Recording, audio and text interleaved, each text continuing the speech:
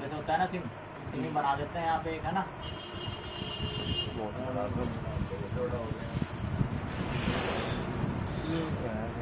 ये आपकी मान लो RFIC हो गई।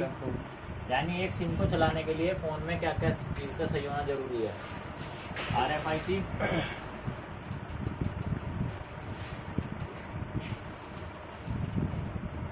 PMIC और एक आपका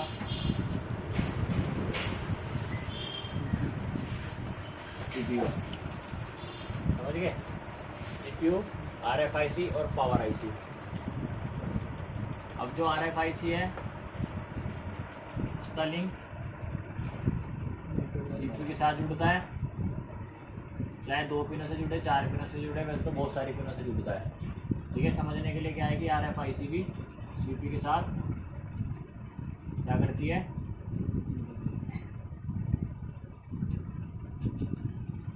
सप्लाई लेन और ड्रेन इनका दोनों का होता है, सप्लाई का दोनों में, RFIC का और CPU का।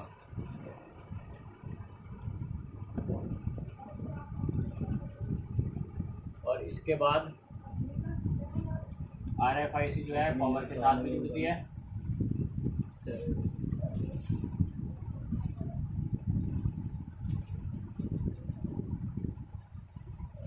अब सिम कार्ड जो होगा आपका उसमें 6 पिनें होंगी। ठीक है,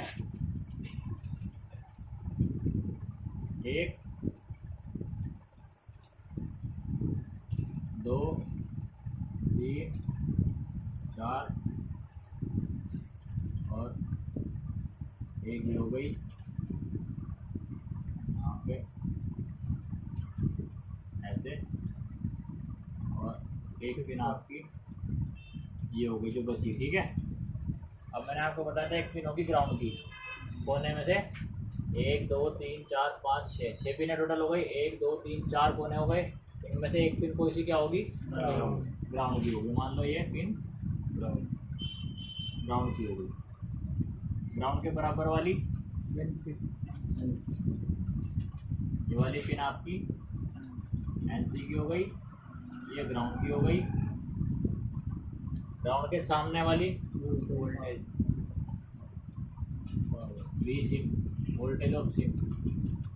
बाकी बची 3 पिन है, 3 पिनें किसकी होंगी, CPU से आएंगी। लेकिन पिनों के नाम क्या होंगे, पिनों के नाम क्या होंगे, यानी कि कौन कौन सी पिनें होंगी। देखो जो ग्राउंड वाले में होंगी, देखो याद रखने का तरीका क्या है कि इस पिन का क्या नाम दिया जाएगा, यानी कि कौन सी लाइन ब्रेक होगी। ग्राउंड में G N और D, तो G से ग्राउंड हो गया, N से NC हो गया और D से डाटा की हो गई। ठीक है, और उसके बाद यहाँ पे B R C, तो ये रीसेट समझिए, ये रीसेट की लाइन हो गई, ये क्लॉक की हो गई, ये डाटा की होगी। और ये तीनों पिनें कहाँ से आएंगी,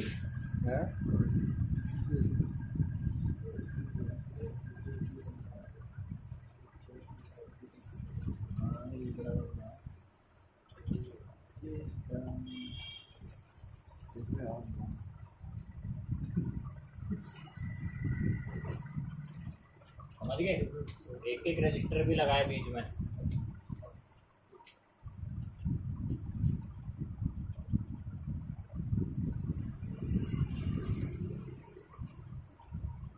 ये पावर से आई, ये तीनों CPU से आई, एक ग्राउंड हो गई, NC कहीं से कनेक्ट नहीं है।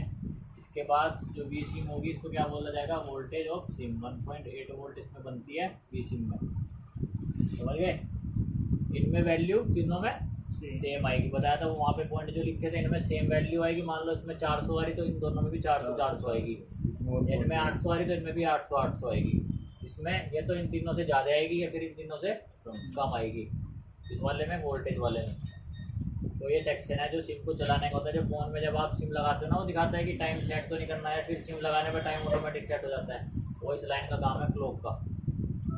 जो आपका रिचार्ज है, कितने दिन का है, कितनी वैलिडिटी बची, डाटा में रहता है सब सेव, समझ गए। तो ये रीसेट के लिए है।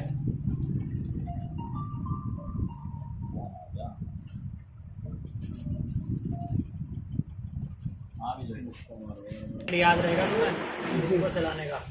अब मान लो आपने सब कुछ चेक कर लिया, सारी पिनें आपको मिल गई, सिम ट्रे पे सारी रीडिंग मिल गई, लेकिन सिम नहीं चला, तो उसके लिए क्या क्या चीज़ चेक करनी है। सिम लगाने के बाद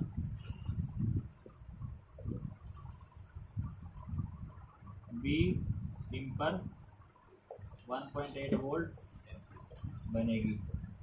कब बनेगी? सिम लगाने के बाद बनेगी। कभी आप चेक कर रहे हैं बिना सिम लगाए कि वोल्टेज तो नहीं बन रही, जब तक सिम नहीं लगेगा तब तक ये वोल्टेज नहीं बनेगी, ये बननी चाहिए।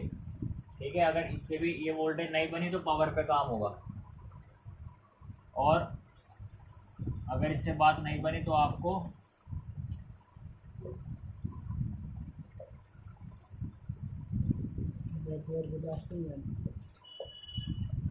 नेटवर्क तब करना है। अगर IMEI नंबर या बेसबैंड भागे होंगे तब उस पर काम करते हैं। अगर सिम नहीं चल रही, यानी डिटेक्ट नहीं हो रही, तो पावर या CPU पे काम होगा।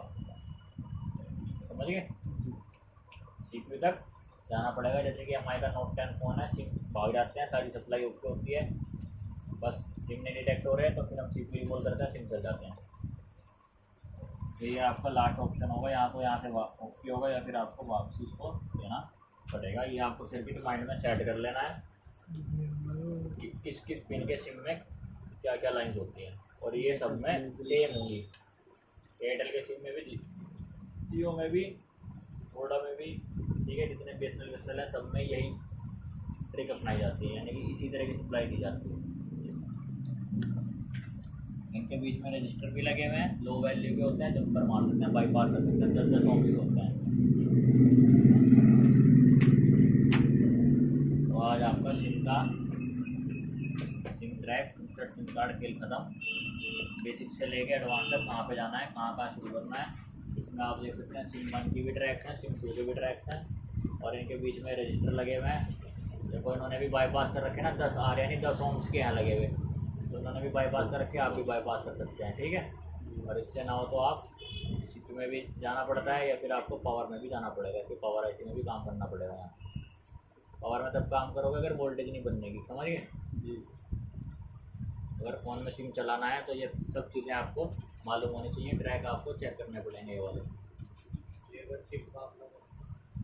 हैं तो बेसिक के ट्रैक चेक करोगे।